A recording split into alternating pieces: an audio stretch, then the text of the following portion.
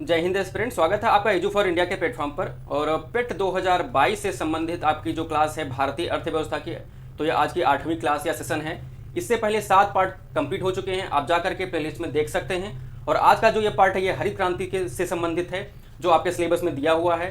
तो इसमें जानेंगे कि हरित क्रांति कब शुरू हुई और विश्व स्तर पर कब शुरुआत होती है और भारत में कैसे शुरुआत होती है, कौन शुरुआत करता है और इसका जो योगदान क्या है। और इसमें देखेंगे कि पुरस्कार कौन कौन से दिए थे, किसने कौन कौन से पुरस्कार पाए। फिर देखेंगे कि विश्व खाद्य पुरस्कार क्या है, तो ये कब दिया गया, कब शुरू हुआ। फिर एक और पुरस्कार होता है कि डॉक्टर स्वामीनाथन पुरस्कार होता है, वो क्या है। तो इन सारे सवालों के जवाब आपको इसी सेशन में मिलने वाले हैं। तो चलिए शुरू करते हैं। सबसे पहले देखते हैं हरित क्रांति। तो हरित क्रांति क्या है, ये कैसे शुरुआत होती है और हरित क्रांति नाम क्यों पड़ता है।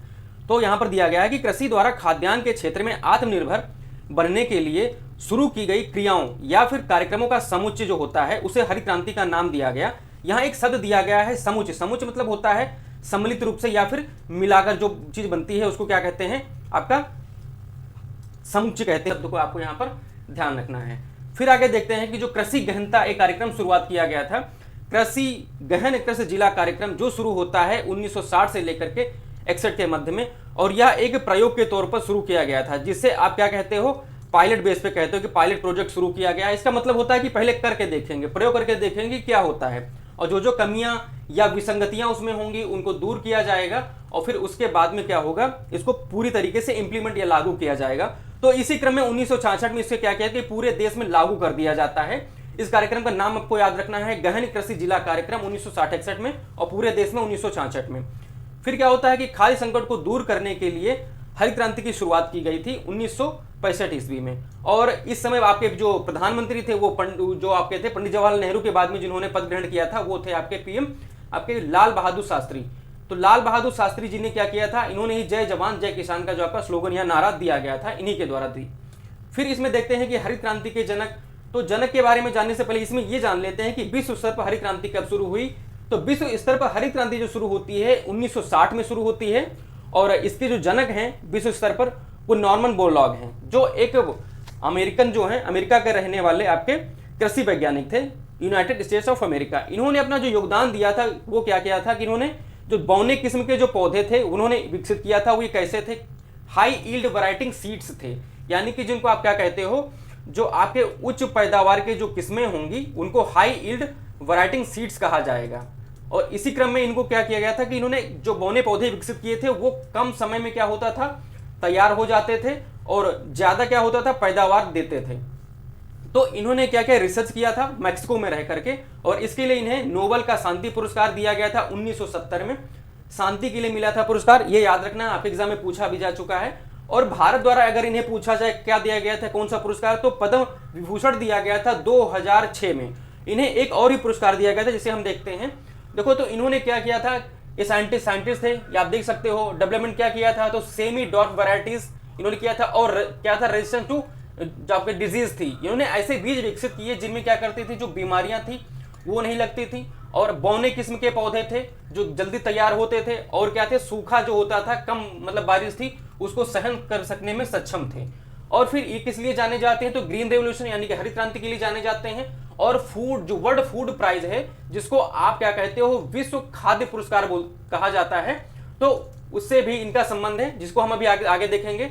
इनको बहुत सारे अवार्ड दिए गए, लेकिन जो आपके एग्जाम के लिए महत्वपूर्ण है उसमें यह है कि 1970 का नोबेल प्राइज, दूसरा है 2006 का पद्म विभूषण पुरस्कार। आप कमेंट करके ये बताइए कि पद्म विभूषण पुरस्कार जो है वो किस क्रम का हमारे यहाँ का जो सिविलियन पुरस्कार है, नागरिक पुरस्कार है भारत देश का। फिर यहाँ पे देखते हैं कि इसी क्रम में इनको एक और मतलब सम्मान दिया गया, वो था कि नॉर्मन बोरलॉग को क्या किया जाता है, जो पहला स्वामीनाथन पुरस्कार था, फर्स्ट एम एस स्वामीनाथन जो अवार्ड था वो इन्हें दिया जाता है। किस लिए, लीडरशिप इन एग्रीकल्चर में, एग्रीकल्चर में जो इनका बहुत विशेष योगदान था उसके लिए दिया जाता है।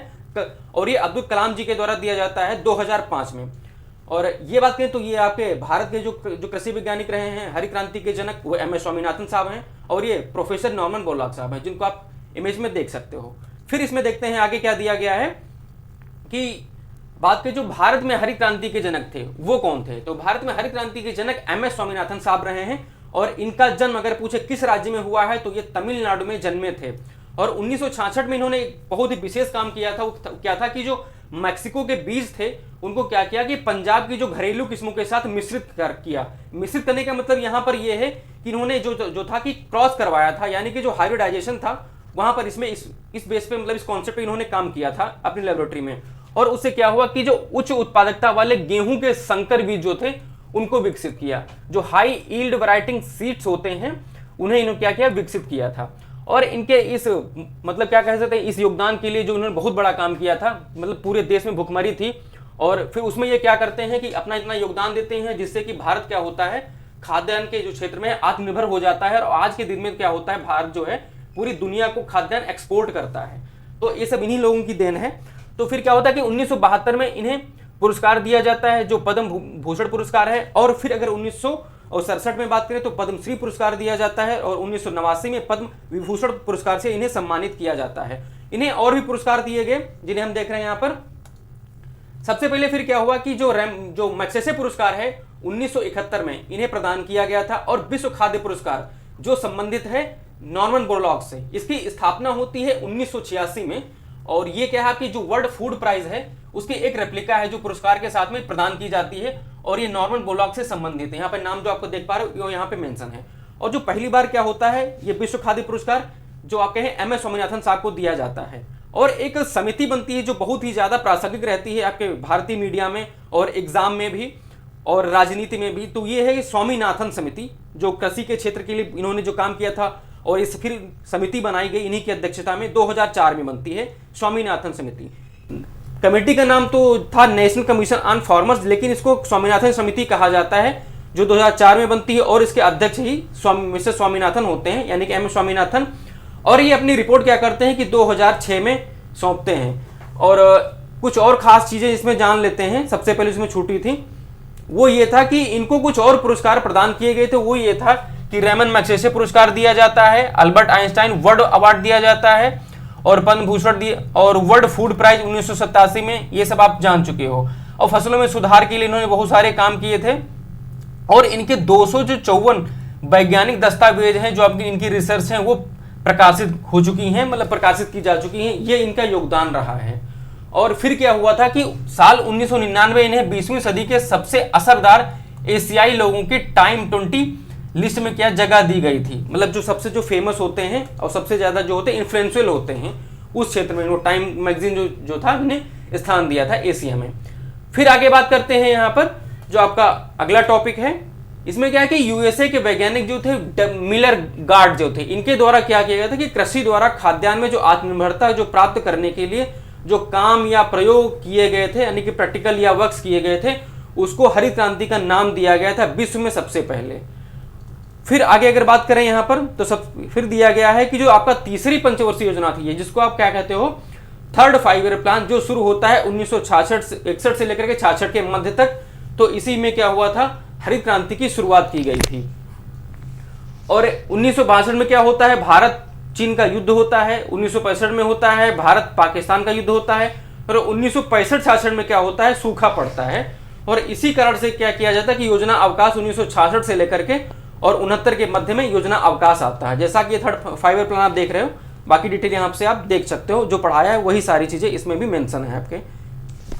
फिर होता है कि हाई यील्ड वैरायटी सीड्स का इनका उपयोग किया गया। तो ये हाई यील्ड वैरायटी सीड्स जो थे इंडिया में कैसे जन्मे, कैसे पैदावार हुई, तो इसके बारे में डिटेल जान लेते हैं। आपके एग्जाम में पूछा जाएगा इसमें से।